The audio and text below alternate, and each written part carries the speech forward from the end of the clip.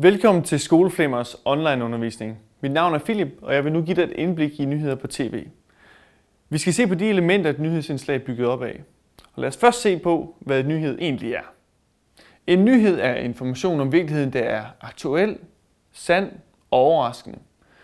Når vi ser en nyhedsudsendelse på tv, så lever de fleste af indslagene op til de her krav. Men det er ikke altid.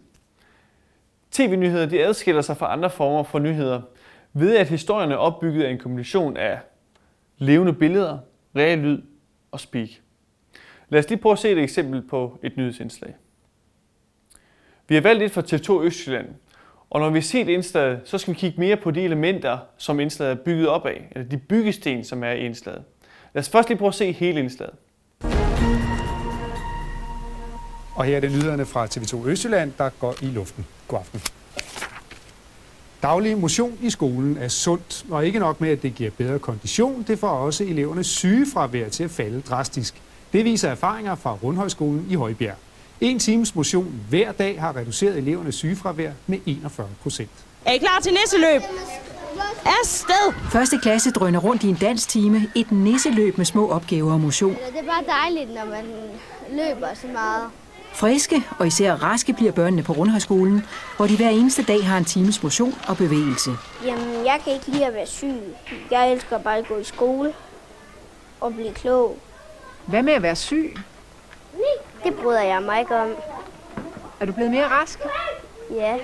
Før i tiden var jeg ret tit syg, men det er jeg ikke længere. Sygefraværet er faldet drastisk på skolen fra august sidste skoleår til i år, er børnene i gennemsnit 41% mindre syge. Det betyder selvfølgelig, at de er meget mere i skole. Jamen det betyder mere glæde i undervisningen, og man kan altid lave det, som man har planlagt, fordi alle børn er næsten altid til stede. Overrasker det dig, at de er blevet så meget raskere? Så meget, ja, det gør det. Rundhøjskolen startede med mere idræt sidste år og har udover mere raske børn også fået dygtigere elever, der er i bedre form. Sidste år var 58% i god form, nu er det 75%. Jeg kan mærke, at jeg har fået lidt flere muskler, og jeg er blevet lidt sundere af det. Er din form blevet bedre? Ja, det er den. Meget. I forhold til før. Hvordan kan du mærke det? Jeg er frisk i timerne, og jeg kan løbe længere, når vi løber nogle ture i idræt, som det kunne jeg ikke før. Også i kantinen er der sket ændringer. En sund buffet for en 20'er, som er medvirkende til, at eleverne er slanke. Deres BMI er forbedret med 12%. Jamen det betyder jo, at de er mere motiverede for det, de skal lave, og er friske på at løbe afsted, fordi det er de vant til at gøre. Den ekstra motion har betydet, at 3 ud af 4 elever nu har så god kondition, at de er i direkte god form. Kan vide, hvor mange arbejdspladser, der kan prale af det. Nu har vi set hele indslaget. Nu prøver vi at spole tilbage, og så kigger vi på, hvilke elementer indslaget egentlig er bygget op af. Sådan. Langt de fleste nyhedsindslag starter med et oplæg, typisk fra en studievært. Og studieværten han er der for at skabe troværdighed, indgyde respekt. Og så skal han gerne være en, som du kan identificere dig med. Det er vigtigt for en studievært, at han har øjenkontakt med sine seere. Og derfor så læser studieværten direkte op fra en skærm. Og det kan vi faktisk se et eksempel på her, hvordan teksten den er bagved. Der er simpelthen en spejling af det, som studieværten læser op. Lad os lige prøve at se oplægget en gang til. Daglig motion i skolen er sundt, og ikke nok med, at det giver bedre kondition, det får også elevernes sygefravær til at falde drastisk. Det viser erfaringer fra Rundhøjskolen i Højbjerg. 1 times motion hver dag har reduceret elevernes sygefravær med 41%. Oplægget til nyhedsindslag har som regel karakter af en overordnet påstand. I det her tilfælde der er påstanden, at daglig motion i skolerne får elevernes sygefravær til at falde. Den påstand er det nu indslags opgave at give belæg for. Man kan også sige, at oplægget som regel er en kort udgave af indslagets journalistiske vinkel. Samtidig så skal oplægget fungere som anslag. Det skal give dig som seer lyst til at se hele indslaget. Derfor skal man også passe på med, at man ikke giver alt væk. Lad os prøve at starte indslaget igen. Er I klar til nisseløb? Afsted! Det første vi så her er det, man kalder en soundbite. Det er en lille reportagesekvens med tydelig reel lyd af det, der foregår i billedet. Det er soundbitens formål i ord og billeder, ligesom at dokumentere, at eleverne på skolen dyrker motion. Og det er også det, vi hører i den efterfølgende speak. Lad os lige prøve at se. Første klasse drøner rundt i en danstime, et nisseløb med små opgaver og motion. Speaking er det, som binder nyhedsindslaget sammen og giver det mening. Den fortæller de nødvendige overordnede oplysninger, som giver baggrund, overblik og perspektiv til historien. Det er typisk alt det, som er svært at vise i billeder.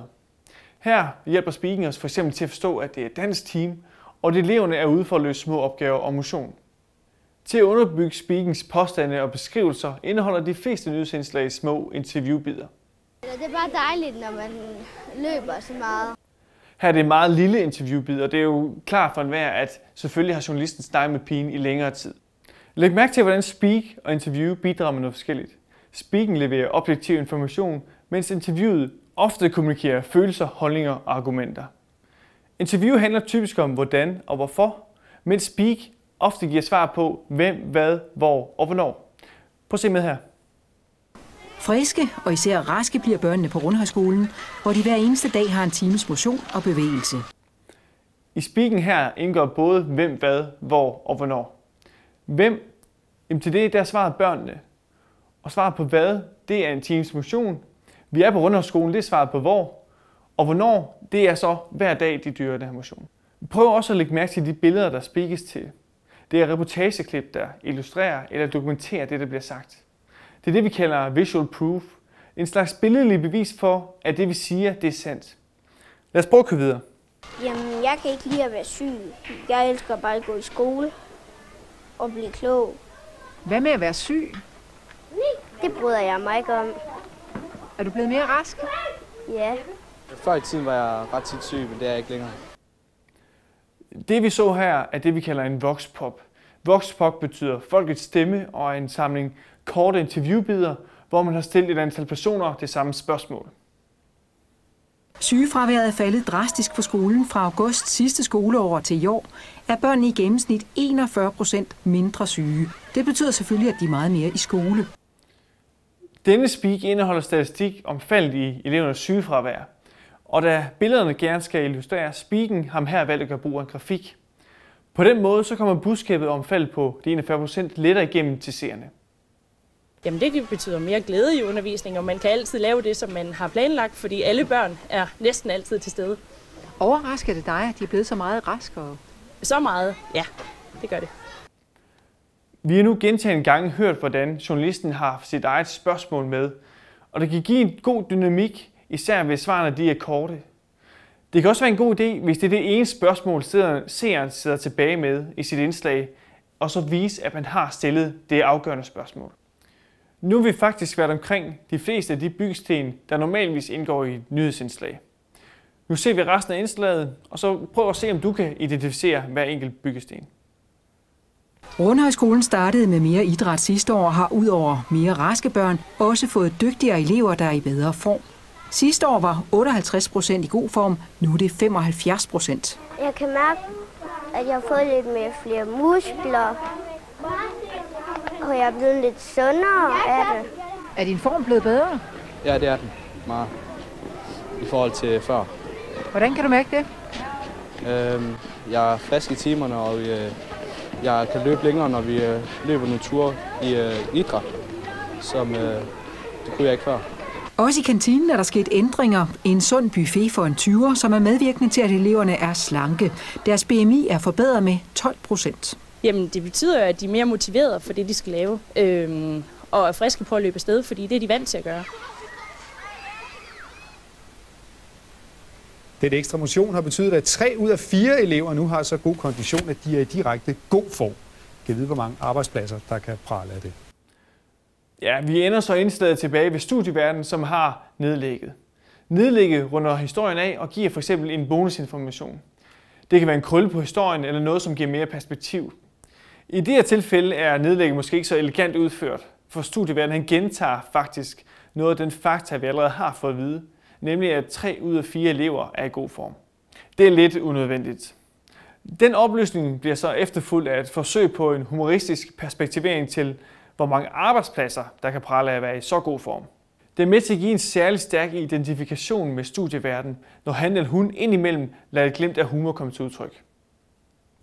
Sådan her ser indslaget ud, når man deler det op i det enkelte byggesten. Vi har et oplæg, soundbite, speak, række interviewbidder osv.